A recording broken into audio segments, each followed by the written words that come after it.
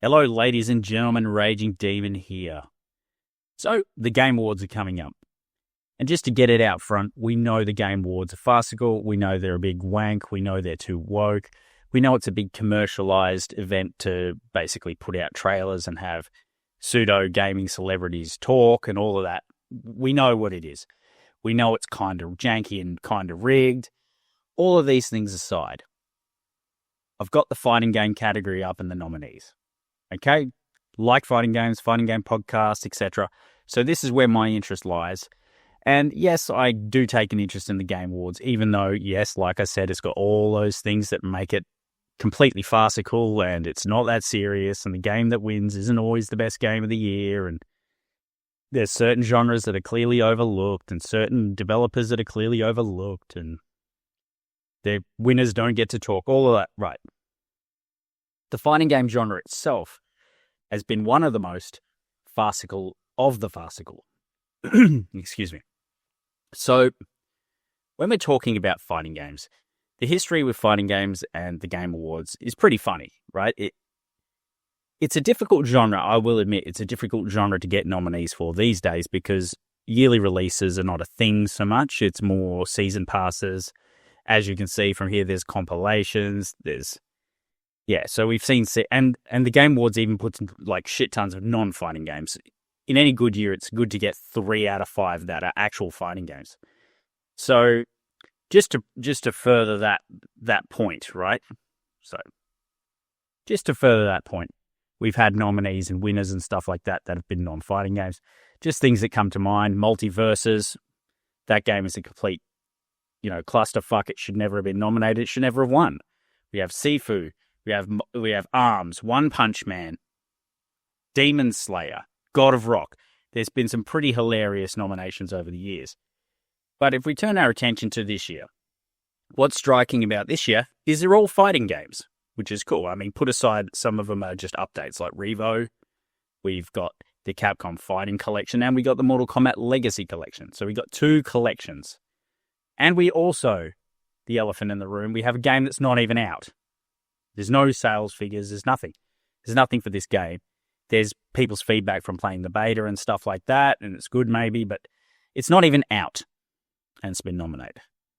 I mean, some people might say, yeah, it's kind of out, but it's not, right? So for me, the only legitimate games in this are probably Fatal Fury and Virtua Fighter 5. And like I said, Virtua Fighter 5, it's an update. It's essentially Ultimate Showdown with some tweaks. And I like Virtua Fighter 5. But the whole genre, when it comes to the Game Awards, has been rather laughable. Even some of the winners that, Tekken 8's won, that's deserved. Mortal Kombat X has won, I thought that was deserved injustice. Things like that win. But the fact that they don't even know what fighting games are has been one of the talking points about the Game Awards and fighting games over the years. So the real interesting thing here is they are all fighting games this year, which, bravo, that's a good thing. But it's got its issues. So like I said, although we all dunk on the Game Awards and how they're woke, virtue signaling, over-commercialized, blah, blah, blah, blah, insert sort of criticism, derogatory comment or whatever. It's all mostly true what people say about it. At least this year, they're all fighting games. So, the Capcom Fighting Collection 2, it's a good collection. I'm pretty happy with it. It's about bloody time. It's got CVS 2 on it. It's a good compilation. I think compilations themselves should get their own category. We'll talk about this other compilation here, Mortal Kombat Legacy Collection. That can't win. That doesn't deserve to win. Another solid compilation, but unfinished, uncooked. Whatever, online sucks, there's bugs, it shouldn't have been released so soon. The only legitimate winner here, in my opinion, is Fatal Fury. And again, this game has also got criticism. I've made jokes about it and criticised it in the past. Maximilian Dudes said, taking a stand on the guest characters being Ronaldo and Salvatore Ganacci. Lots of people just think that that's an unnecessary thing to do with this game, and it's kind of hurt it, in my opinion. It's really stopped it from being a truly good game because it's just There's joke characters and there's literal jokes of characters. And those two characters should have never been included. It's going to tarnish the legacy of this game. Like I've said before, this is possibly the only game that's improved by reducing the roster. So, but it is legitimately the only full new release of a game this year. So it's kind of the default winner. So the place of this category, I hate to say it, has got to sort of be worked out before it can be taken seriously.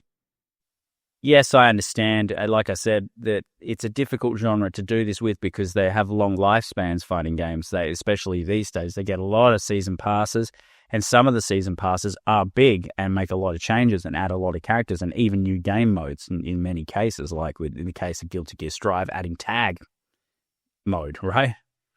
Having a team mode.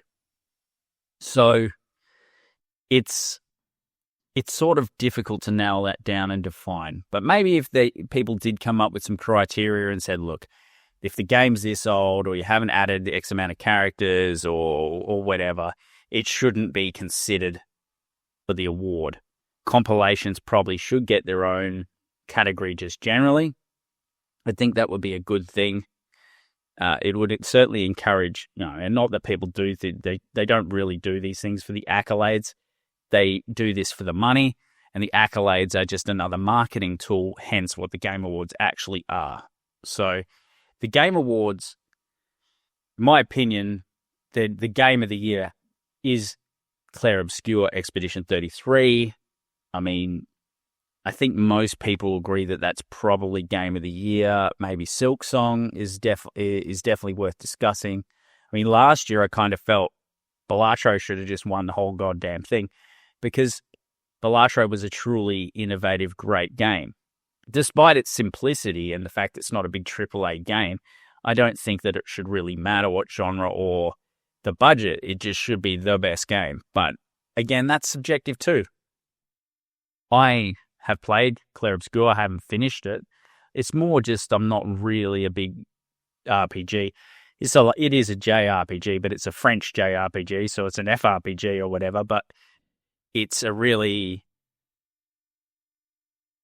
I'm going to say it, it's a return to form, as they say. This is the marketing hype and that's the official line that's given to all the developers and marketers to say. But I think it actually is just a return to form for the genre. It's what Final Fantasy should be. It's going to hopefully put a bit of pressure on Square Enix to make Final Fantasy more like that again, turn-based, and return to its roots, showing that the success of Expedition 33, that's what people want. Aside from that, the story is pretty cool. It's very innovative. It's original. Originality is very important. Authenticity is very important. But anyway, that's just my aside on what the game should be. Fighting games don't win Game of the Year anymore, obviously, because the genre is niche. Not since, say, Street Fighter II or Soul Calibur on the Dreamcast have fighting games been regarded just globally in the video game arena as the best games of their time. So it's sad that it's a bit like when you look in sport, for example, and they have best on ground or MVP, man of the match, all that sort of stuff. It tends to be certain positions, right? And regardless of how important every role and every part of the machine is, it does tend to be a bias in all of these best of things, right? Let's take Australian football. We call the Brownlow medal, which is the best player of the year, is typically called the midfielder's medal because only midfielders really win it anymore. And this is the case with the Game Awards. In the Game Awards, it's basically third person or shooters or action RPGs that win this category. I'm sure there are a few outliers here and there, but you don't see fighting games, puzzle games. You don't see that sort of thing win it anymore. And, I kind of think that's down to just popularity. It's a populism thing, not just, with the sort of audience, because the audience influence on the Game Awards is next to zero. I think they say it's like 10%. So it don't fucking matter. And the audience doesn't get to nominate so far as I'm aware. So it's developers and a panel, right? So it doesn't get considered. So, positive things about, obviously, like I said, the nominations are actual fighting games this year, which is good. I support that. But not out. Super old game, just an update. Compilation.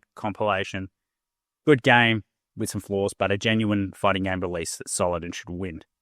So, like I said, Fatal Fury City of the Wolves should probably win it this time, but who fucking knows? We have multiverses win. Right? So, yeah, like I said, some of the other noms like God of Rock and Demon Slayer, One Punch Man. I love One Punch Man, but I don't love the game that much, but the series. But One Punch Man, not a fighting game. So, anyway, I just thought I'd share my thoughts on that. So, yes, while I, like everyone else, will dunk on it for what it is, just a commercialized load of crap that we all can't help but watch. So, but anyway, thanks for listening. Thanks for watching. Don't smash your controllers. And let's hope Fatal Fury City of the Wolves actually takes this out.